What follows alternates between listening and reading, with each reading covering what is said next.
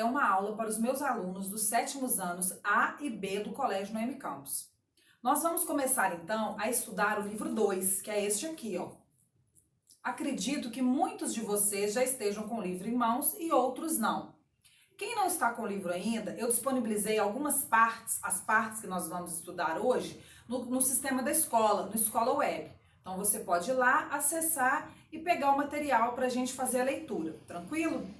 Quem já está com o livro, vai ler o livro aí, então, já deve estar na mesa, né? Quem não está, vai abrir a página. Primeiramente, vocês vão pegar o primeiro capítulo, vão abrir lá o primeiro capítulo, na página 336, e vão fazer a leitura desse primeiro capítulo.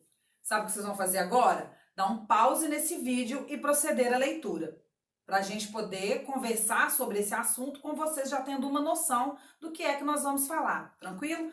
Dá um pause que eu vou aguardar aqui vocês, tá bom? Na nossa primeira página, então, do livro, nós temos um texto que fala sobre classificação.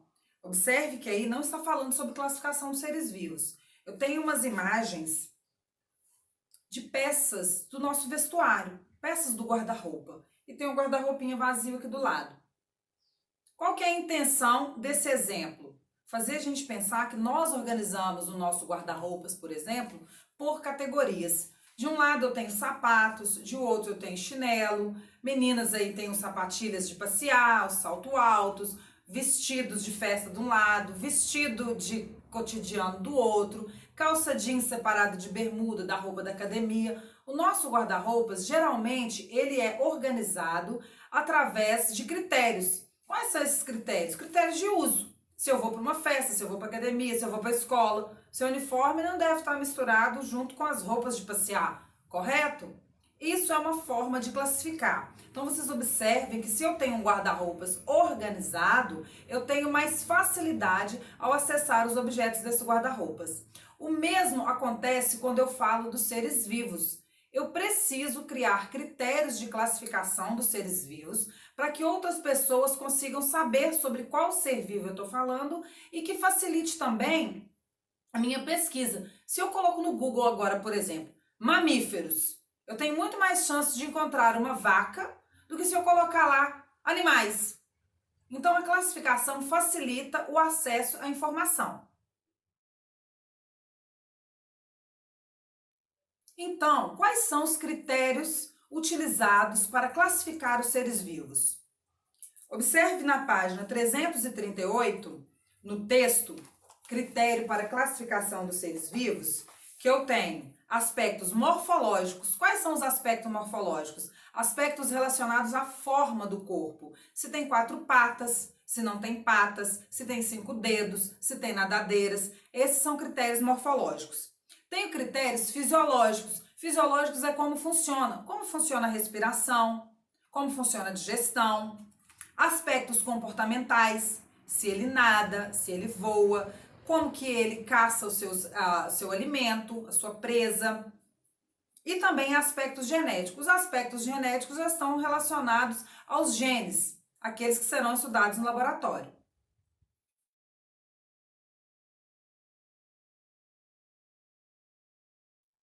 A classificação dos seres vivos foi sempre assim, gente? Será que desde sempre foi assim? Não. Então agora nós vamos conhecer a história onde começou a classificação dos seres vivos.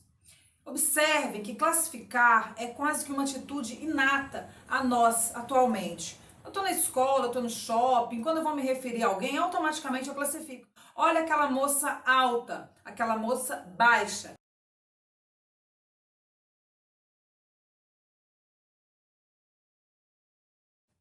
Quero que vocês observem agora esses 3 animais. O animal A, o animal B e o animal C. Eles possuem características em comum, que os tornam semelhantes, e características que são diferentes, que os tornam diferentes. Isso interfere com a classificação dos seres vivos, em qual grupo que eles vão ocupar, né? Então, olha só, nós temos que eles voam, todos os 3 são capazes de voar, todos os 3 possuem asas. No entanto, a borboleta é invertebrada e os demais são vertebrados. Nós sabemos que o morcego possui pelo. As aves possuem penas e a borboleta possui um tipo de pelo especial, tá? O morcego, ele é classificado como mamífero, a águia como uma ave e a borboleta como um inseto. Então, por mais que eles sejam semelhantes e apresentem diferenças, eles vão ocupar alguns pontos da classificação em comum, como por exemplo, são todos animais. No entanto, eles não ocupam as mesmas classes. Isso os torna diferentes. Observe para mim essa imagem. A imagem mostra dois esqueletos. São dois esqueletos que possuem coluna vertebral e crânio. Por isso, esses dois esqueletos são classificados como vertebrados. Então, vamos entender? Esqueletos de animais, um é uma serpente, o outro é um macaco. Os dois, olha você vê, uma serpente e um macaco, são animais completamente diferentes, mas eles são classificados como animais vertebrados. O primeiro cara que quis classificar os seres vivos e que está registrado em papel, que outras pessoas com certeza fizeram isso, mas apenas alguns se destacam porque registram, é um sujeito que vocês conhecem muito bem, o Aristóteles. O Aristóteles, ele iniciou a classificação dos seres vivos, isso está registrado em livro pra gente, e essa classificação está disponível aí no livro, na página 339. Dá uma olhadinha aí na imagem, por favor. Olha como que ele começou a classificar. Animais com sangue e animais sem sangue. Os animais sem sangue, ele ainda colocou lá, olha, se tem corpo maleável ou não. Então vamos ver aqui. Animais com sangue, quais os exemplos que ele deu? A baleia, o lagarto, o pardal, o lambari. Animais sem sangue. Aí ele já dividiu se eles têm corpo duro ou se eles têm corpo maleável. Se tem corpo duro, ele classificou, por exemplo, a abelha. Se tem corpo maleável, ele ainda dividiu essa classificação em com carapaça e sem carapaça. Com carapaça ele pôs o marisco e sem carapaça ele colocou água viva. Isso é uma forma de classificar. Aristóteles, então, ele começou a realizar essas classificações. Outros estudiosos deram continuidade, né, à classificação de Aristóteles. O cara que ficou famoso, que a gente estuda até hoje, é o Linneu. Esse da foto, olha, Carl von Linné. Ou seja, em português, Carlos Linneu.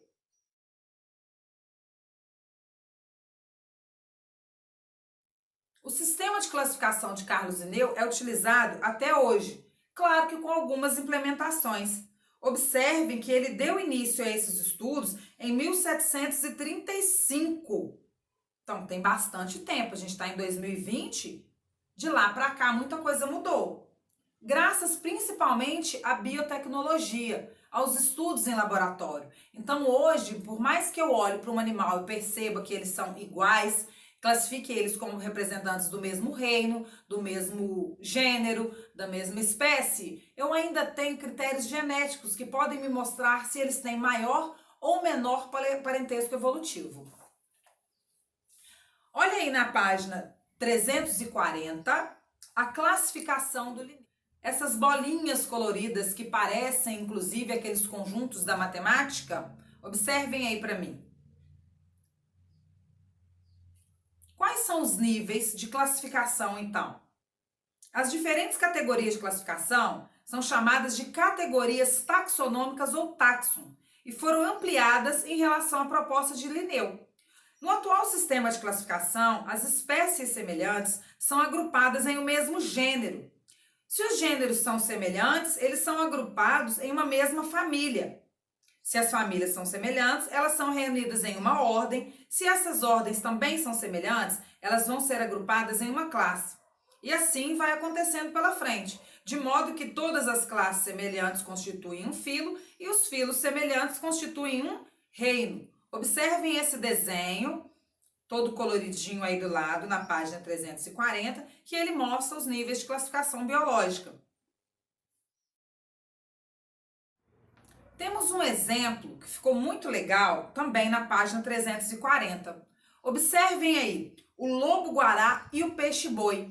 São dois animais que nós conhecemos que estão aqui no Brasil. Concordam comigo? Então vamos olhar o que é que foi feito para classificar esses animais. Temos aí, ó, todos eles são animais, então eles são o quê? Do reino Animalia. São do filo Chordata e da classe Mammalia. Então eu tenho aí 2 mamíferos. No entanto, daí para frente eles não são mais tão semelhantes, porque eles pertencem a famílias, ordens, gêneros e espécies diferentes. Então, vocês puderam observar que tanto o lobo-guará quanto o peixe-boi da Amazônia possuem características em comum, porque eles estão agrupados no mesmo reino, no mesmo filo e na mesma classe. No entanto, a partir daí você observa que deriva para família, ordem, gênero e espécies diferentes.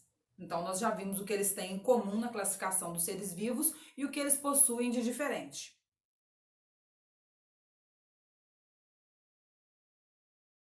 Agora que nós já conhecemos a classificação dos seres vivos, nós vamos aprender como colocar nome nesses seres vivos. Todos nós temos um nome e também temos um sobrenome.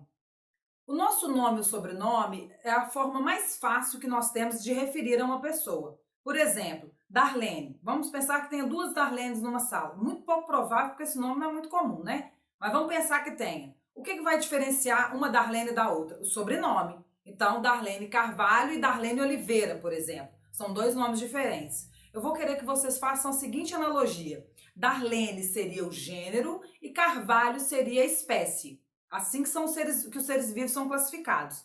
Existe também uma forma correta da escrita. Nós sabemos que todo nome próprio, ele deve ser escrito com a primeira letra maiúscula, não é? A mesma coisa acontece com os nomes dos outros seres vivos. O primeiro nome é escrito com a letra maiúscula e o segundo com a letra minúscula. Então, gênero com a primeira letra maiúscula e espécie com a primeira letra minúscula. Por que é importante ter nome científico para os seres vivos? Observe o exemplo que consta no livro. Mandioca, maniva, aipim e macaxeira representam o mesmo ser vivo, que é a mandioca que a gente come no nosso cotidiano, muito comum na nossa culinária.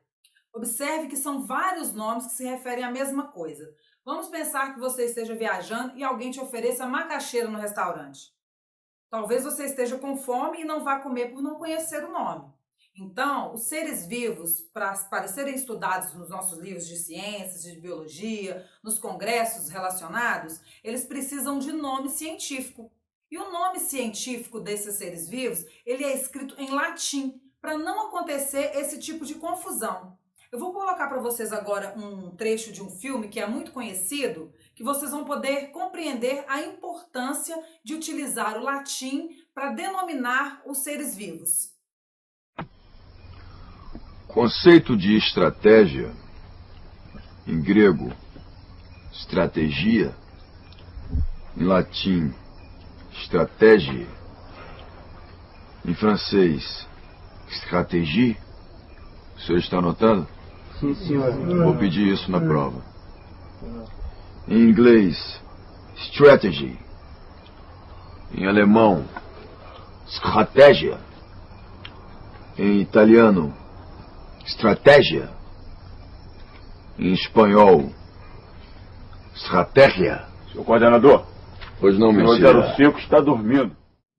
Vocês observaram então no filme, quando o professor, né, o Capitão Nascimento, interpretado pelo ator Wagner Moura, no filme Tropa de Elite, ele está dando uma aula e ele fala a palavra estratégia em diversos idiomas.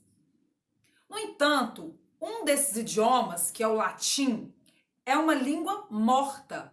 Ninguém fala latim na rua, igual fala-se português, alemão, espanhol.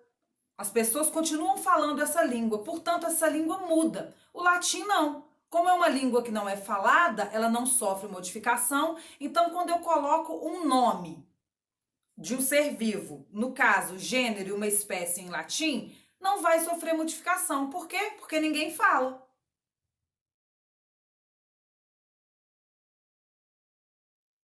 Agora que nós já sabemos como deve ser escrito o nome, que é em latim, nós vamos ver uma regra sobre a escrita desse nome. Primeiramente, o nome do ser vivo, ele é binomial, tem um nome e um sobrenome. O primeiro nome deve ser escrito com letra inicial maiúscula e o segundo com a letra inicial minúscula. Quando digitado em computador, deve ser em itálico, destacado do texto. Quando escrito no caderno, não é possível fazer itálico, pois você não vai deitar a letra. Não vai ficar legal. O que você vai fazer? Sublinhar, fazer um traço embaixo de cada nome. E assim o seu nome vai ter sido destacado e vai estar respeitando as normas de escrita de um nome científico em latim.